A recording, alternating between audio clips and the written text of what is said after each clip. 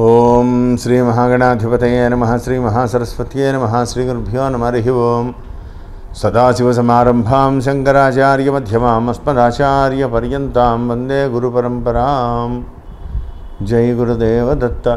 జగతః పితరం వందే పార్వతీ పరమేశ్వర స్వరూపమైనటువంటి సృష్టికి నమస్కారాలు చేస్తూ నవంబర్ 1వ తారీఖు నుండి డిసెంబర్ 1వ తారీఖు వరకు మకర రాశి వారికి నవంబర్ నెల మాస ఫలితాలు ఏ విధంగా ఉంటాయి మీకు నేను తెలియజేస్తాను.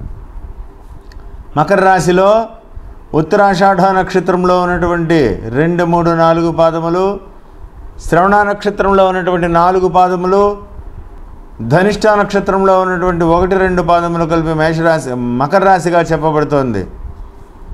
ప్రారంభములుగా అయితే 3వ స్థానమందు గురుడు, 4వ స్థానమందు రాహువు, 10వ స్థానమందు రవి శుక్రులు బుధుడు, 17వ తారీఖు నుంచి లాభమందు రవి, జన్మమందు శనైశ్వరుడు ప్రధానమైనటువంటి ఫలితాలన్నీ కూడా నిర్దేశింపబడుతున్నాయి. కుజస్థితి బాగున్నది.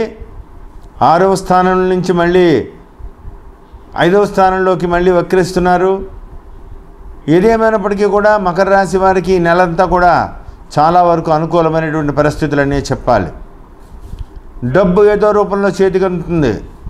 చాలా వరకు మీరు అప్పులు తీర్చగలుగుతారు. ఎన్నో రోజులుగా మీరు ఎదురు చూస్తున్నటువంటి ధనం కొంత చేతికి అందుతుంది. దానివల్ల ఇంటా బయట కూడా ఆనందకరమైనటువంటి వాతావరణం కనపడుతోంది. అదే పరిస్థితుల్లో అనుకోకుండా ఎన్నో రోజులుగా పడుతున్నటువంటి ధన సమస్యలు కూడా చాలా వరకు తీరతాయి. అయితే మిమ్మల్ని అనుకోని విధంగా పెద్ద మొత్తంలో సహాయం అందిస్తారు ఒకళ్ళు. కుటుంబ వ్యక్తులు కావచ్చు, ఆప్తులైనటువంటి మిత్రులు కావచ్చు. దానివల్ల అటువంటి సహాయం మీరు కనుక చేస్తే ఉన్న పరిస్థితులకి ఇంకా పని ఒత్తిడి కాకుండా, ధన సంబంధమైనటువంటి సమస్యలే కాకుండా చాలా వ్యవహారాల్లో కూడా ఒత్తిడి పెరిగిపోయి ఇబ్బందికరమైనటువంటి వాతావరణం ఎదుర్కొనే పరిస్థితులు కనబడుతున్నాయి. కాబట్టి తనకు మాలిన ధర్మం మొదలు చెడ్డ పేరు అనేటువంటి శాస్త్రవచనం ప్రకారంగా నిర్మోహమాటంగా నా వల్ల అవ్వదు, నేను చేయలేను, ఇది నా అసమర్థతే అనుకోండి, లేకపోతే ఇంకోటి ఏదైనా అనుకోండి అన్నట్టుగా మీరు మంచి మాటలతో నొప్పించక తానవ్వక అనే విధంగా తప్పుకోవడం మంచిది. ఉద్యోగపరమైనటువంటి ఒత్తిడి పెరుగుతుంది.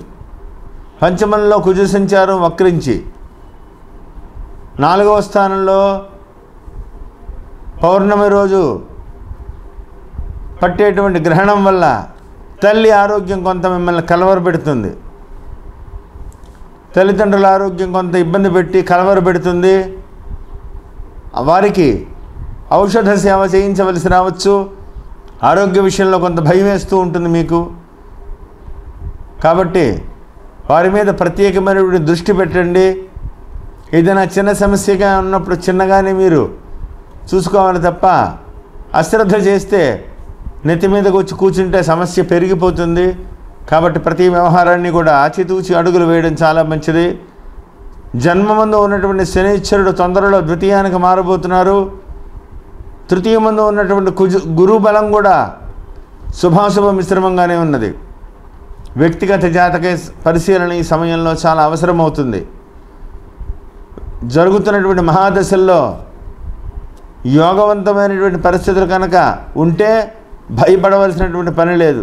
లేకపోతే ఇప్పుడు ఉన్నటువంటి గ్రహస్థితికి తోడు వ్యక్తిగత జాతకం బాగోలేకపోతే అది ఇది కనుక ఎక్కువైతే మీ పని ఒత్తిడి పెరిగిపోయి మానసికమైనటువంటి ఒత్తిడి పెరిగి ఏం చేయాలో చేయలేనంత అంత పరిస్థితి గోచరిస్తుంది. కాబట్టి ఒక్కసారి వ్యక్తిగత జాతక పరిశీలన చేయించుకుంటే ఏదైనా చిన్న సమస్యలు ఉన్నా అది ఏ విధంగా పరిష్కరించుకోవచ్చు, ఏ దేవతను ఆరాధించాలి, ఏ దానం చేయాలి, ఏం పూజ చేస్తే మంచిది, ఇవన్నీ కూడా మీకు తెలుస్తాయి. కాబట్టి ఆలోచించి నిర్ణయం తీసుకోండి. గ్రహణ పరిహారం ఖచ్చితంగా చేసుకోండి.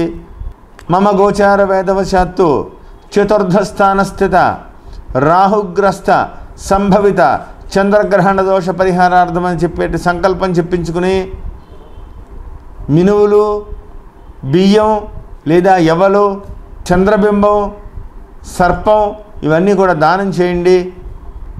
సోమవార నియమాలు, గురువార నియమాలు, శనివార నియమాలు ఖచ్చితంగా చేయండి. ప్రతినిత్యము కూడా దశరథ కృత శని స్తోత్రాన్ని పారాయణ చేసుకోండి.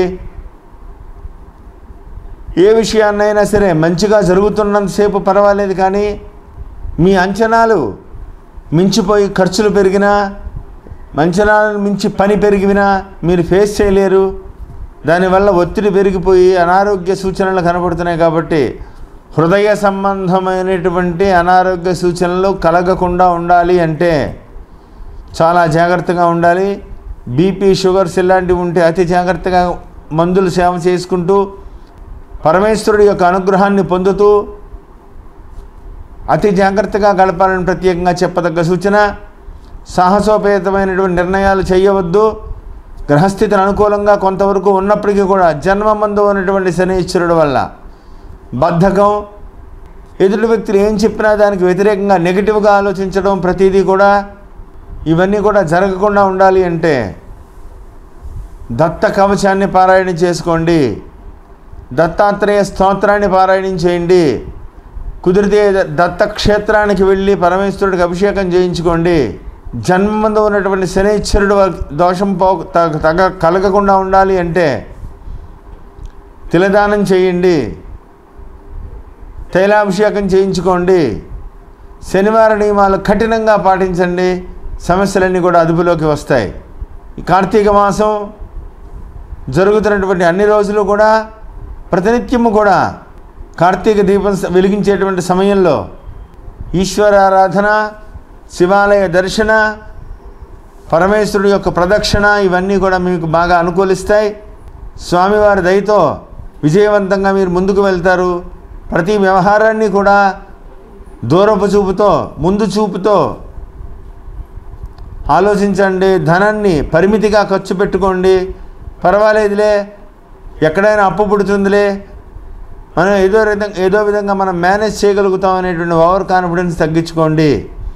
ధనస్థానం మీద ఎటువంటి మంచి గ్రహాలు లేవు. ధనపరమైనటువంటి చిక్కులు కలగకుండా ఉండాలంటే దూరపు చూపు చాలా అవసరమవుతుంది. ఉన్నంతలో కొంత డబ్బుని రిజర్వ్ చేసుకోవడం మంచిది. వ్యక్తిగతమైనటువంటి భౌగోళిక పరిస్థితుల్లో కూడా మళ్ళీ కాలసర్పయోగం కలగబోతోంది తొందరలో. అనారోగ్య సూచనలు ఇవన్నీ కూడా ప్రపంచవ్యాప్తంగా కూడా కనపడబోతున్నాయి. జాగ్రత్తగా గడపండి, ఆలోచించి నిర్ణయాలు తీసుకోండి. నేను చెప్పిన పరిహారాలన్నీ కూడా చేస్తూ పరమేశ్వరుడు దయతో విజయ పథంలో మీరు దూసుకు వెళ్తారని కోరుకుంటూ జై గురుదేవదత్త. శుభం భూయాత్.